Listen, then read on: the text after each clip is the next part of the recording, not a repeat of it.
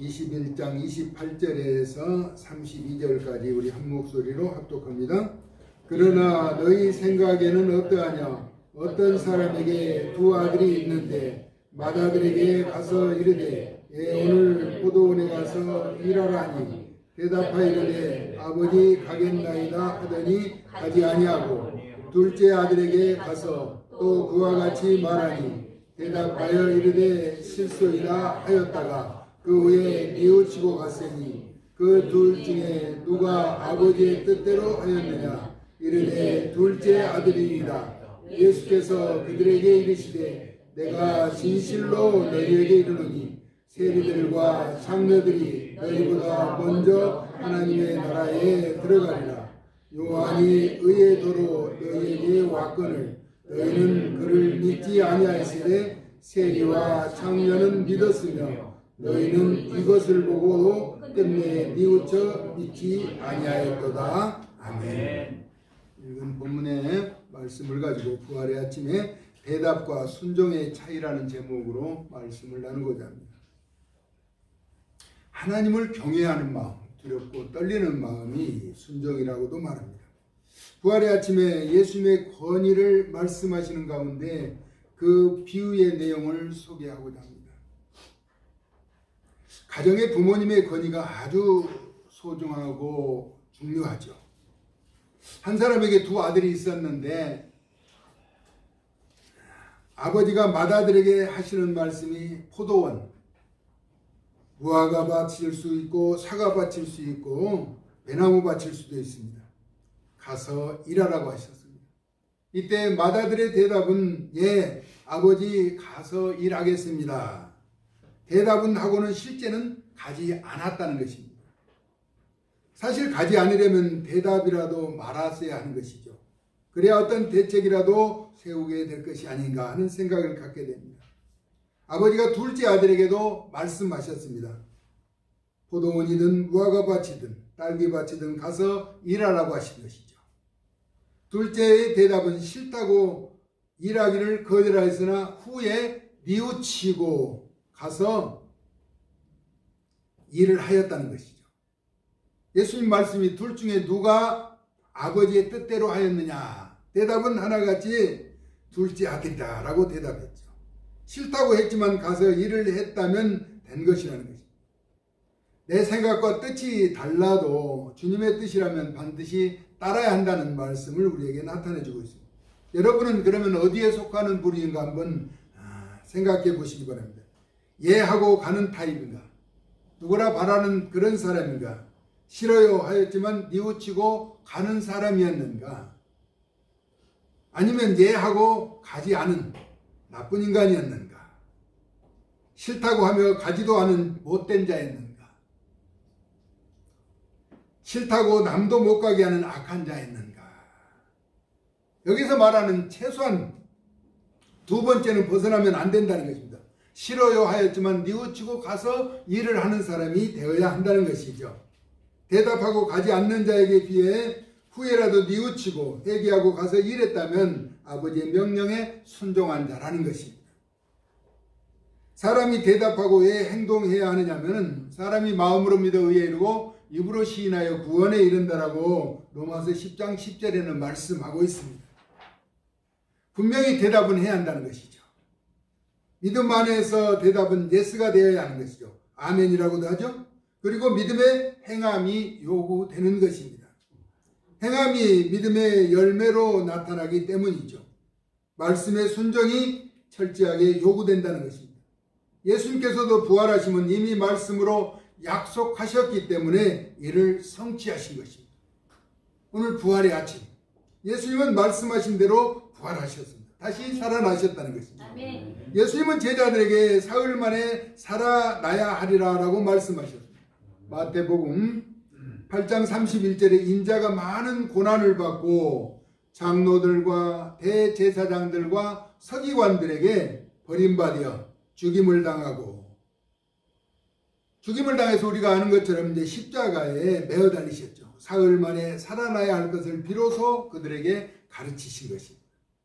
그래서 그 가르침에 대답하고 순종해야 한다는 것입니다. 왜냐하면 예수님은 복음이고 복된 소식이죠. 진리, 변하지 않는 하나님의 말씀이기 때문입니다. 그러면 우리가 할 수 없는 것을 요구하지 않으시고 말씀에 순종하면 반드시 유익하게 이루어지는 것을 잘 아시기 때문에 우리에게 말씀하시는 것입니다. 다시 말하면 여기에서 순종은 포도밭이나 무화과밭이나 사과밭에서 가서 일하는 것으로, 회사 직원은 그것이 출장일 수도 있습니다. 목회자에게는 그것이 시험방일 수도 있습니다. 백성은 장터에 나가는 것, 학생은 학교에 각자 머물러 있어야 하는 곳이 순종이라고 하는 것이죠. 예수님에게 대제사장과 백성의 장로들이 가르치는 것은 무슨 권위로 하느냐는 질문에 대하여 역으로 그들에게 질문하심으로 요한의 세례가 어디에서부터 왔느냐라고 말씀하셨죠. 그것이 하늘로부터냐 사람으로부터냐, 이 일로 인하여 그들이 의논하기 시작하였다는 것입니다. 요점은 하늘로부터라고 한다면 어찌하여 그를 믿지 아니하였느냐 할 것이며, 만일 사람으로부터라고 한다면 모든 사람이 요한을 선지자로 여기고 있어 그들은 백성이 무서워서 예수님의 질문에 알지 못하겠다는 대답으로 반응한 것입니다. 이에 대하여 예수님께서도 그들의 질문에 대답하지 않으시겠다라고 하셨습니다. 그리고 비유로 본문의 두 아들에 대하여 포도원에 일하러 가라고 하신 아버지의 뜻을 따른 자가 누구냐고 물으신 것이었습니다. 여기에 등장하는 첫째 아들은 예수님에게 질문하였던 제사장과 백성의 장로들이었다는 것입니다. 아버지의 말씀에 대답은 예하고는 실제로 밭에 일하러 가지 않은 자는 말, 순종과 실천이 없는 자를 말하고 있습니다. 둘째는 세리와 창녀들을 나타내고 있는데, 결국 싫다고 아버지의 당부를 거절하였던 그들은 탐욕을 가진 이들로 세리와 부도덕한 생활을 하던 장기인, 그들은 아버지의 부탁대로 밭에 가서 일을 하였다라고 하는 것입니다. 말씀에 비춰보면 둘째는 하나님의 계명을 거역하는 자들이었습니다. 그러나 뉘우치고 갔다는 것은 외식적이고 경건한 모양을 가진 유대의 지도자들보다 먼저 회개할 것임을 나타내 주고 있는 것이죠. 우리 하나님은 중심을 보시는 분이며 사람들은 외모를 중시하게 되어 있습니다. 그러므로 외모를 보고 판단할 수 없는 것이며 진정으로 회개하는 자를 주님은 용납해 주신다는 것입니다. 우리도 예배에 앞서 허물진 모습, 연약하고 나태했던 모습을 회개하고 주님 앞에 예배드리는, 주님이 찾으시는 예배자의 모습으로 지금 앉아있는 것이죠. 사회에서 지탄받던 세리와 창녀가 먼저 하나님의 나라에 들어가는 이유에 대해서 32절에 소개하고 있습니다. 세례 요한이 광야에서 외치는 자의 소리로 의의 길로 왔지만 유대 지도자들은 믿지 않았다라고 하는 것입니다. 이는 그의 외침을 인정하지도 않았고 뉘우치지도 않았으며 믿지도 않은 것이죠. 하지만 세리와 장로들은 믿었다라고 하는 것입니다. 그러면 아버지의 뜻은 무엇인가 하는 것이죠. 마태복음 7장 21절에서 예수님께서 나더러 주여 주여 하는 자마다 다 천국에 들어갈 것이 아니라 라고 말씀하셨습니다. 다만 하늘에 계신 내 아버지의 뜻대로 행하는 자라야 들어가리라. 아버지의 뜻은 열매를 맺는 것이었습니다. 좋은 나무가 나쁜 열매를 맺을 수 없다라고 말합니다. 회개로 본질과 토양이 좋아야 한다는 것이죠. 못된 나무가 아름다운 열매를 맺을 수 없느니라. 심령에 탁한 것을 십자가의 보혈로 깨끗이 씻지 않으면 열매가 맺혀지지 못한다는 것입니다. 그래서 아름다운 열매를 맺지 아니하는 나무마다 찍혀 불에 던져지느니라. 이러므로 아버지의 뜻은, 우리가 알고자 하는 하나님 아버지의 뜻은 그들의 열매로 그들을 알리라 라고 말씀하고 있습니다. 우리의 열매는 발걸음으로 지난 흔적이죠. 다시 말하면 현재의 삶으로 나타난 증거라는 것입니다. 마태복음 11장 27절에서 28절에 아버지의 뜻은 내 아버지께서 모든 것을 내게 주셔서, 예수님이 하신 말씀이죠. 아버지 외에는 아들을 아는 자가 없고 아들과 또 아들의 소원대로 계시를 받은 자 외에는 아버지를 아는 자가 없느니라. 예수님만이 아버지의 뜻을 아신다라고 하는 것입니다. 그러므로 예수님이 가르친 행한 나타냄을 우리는 본받고 따라가야 하는 것이죠. 그래서 수고하고 무거운 짐진 자들아 다 내게로 오라 내가 너희를 쉬게 하리라. 우리의 무거운 힘든 짐 다 지고 오는 자들 예수님께 오면 힘을 얻게 해주시겠다는 것이죠. 아버지의 진정한 마음을 아는 것에 대해서 마태복음 18장 12절에서 14절은 너희 생각에는 어떠하냐 라고 묻습니다. 만일 어떤 사람이 양 100마리가 있는데 그중 하나가 길을 잃으면 물론 99마리도 길을 잃지 않는 99마리도 소중하다는 것입니다.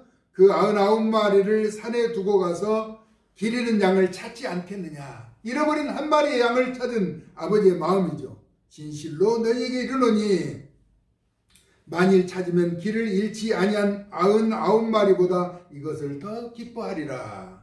잃어버린 한 마리의 양을 찾는 아버지의 마음을 예수님이 말씀하고 있습니다.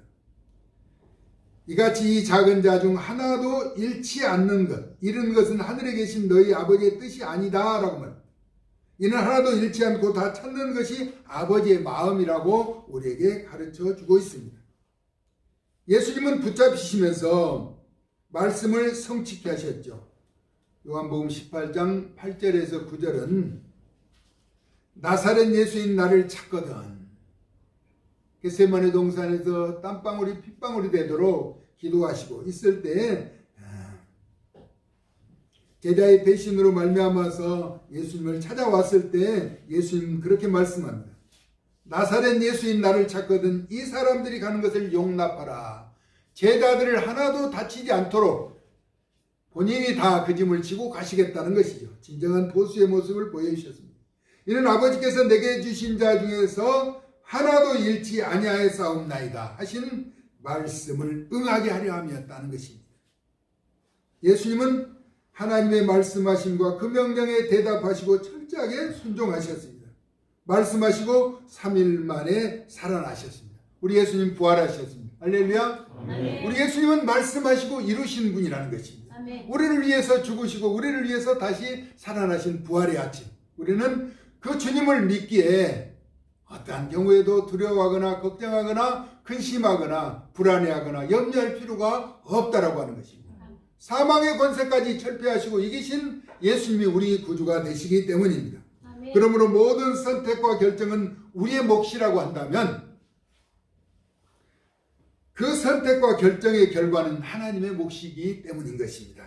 그러므로 우리도 온전하게 하시는 이인 예수를 바라보면서 예수님의 명령하심에 대답하고 온전하게 순종하며 나아가야 한다는 것입니다. 아멘. 부활의 아침에 말씀대로 부활하신 우리 주님과 동행하며 그 귀한 기쁨을 누리기 위해서 영적인 힘이 되는 순종의 삶을 보이자는 것입니다. 할렐루야. 아멘. 하나님 말씀에 순종하면 하나님은 반드시 그 순종의 결과를 책임져 주신다는 것입니다. 아멘. 우리는 아멘하고 그 말씀에 아멘하고 움직일 때 하나님 이끌어 주시는 것이죠. 소망이 없고 기대가 없는 삶 같지만은 반드시 우리 하나님께서는 약속하시고 이루어 주신다는 것입니다. 아멘. 우리를 통한 하나님의 놀라운 계획하심을 이루어드리는 말씀의 성취자들이 다 되어질 수 있기를 예수님의 거룩하신 이름으로 축원합니다. 아멘. 고맙고 감사하신 하나님, 하나님의 말씀에 순종하며 따르기를 원하는 존귀한 주의 백성들 10년 가운데 부활하신 주님으로 인하여 하나님과 동행하며 승리의 삶을 살아갈 수 있도록 은혜를 더하여 주시옵소서. 아멘. 주님이 말씀하시면 순종하고 혹시라도 대답하지 못했다면 뉘우치고 가서라도 그 일을 행하는 둘째 아들과 같이 하나님의 뜻을 쫓아 살아가는 자들 되어지게 하여 주시옵소서. 아멘. 예수 그리스도의 거룩하신 이름으로 축복하고 기도 올리옵나이다. 아멘. 아멘.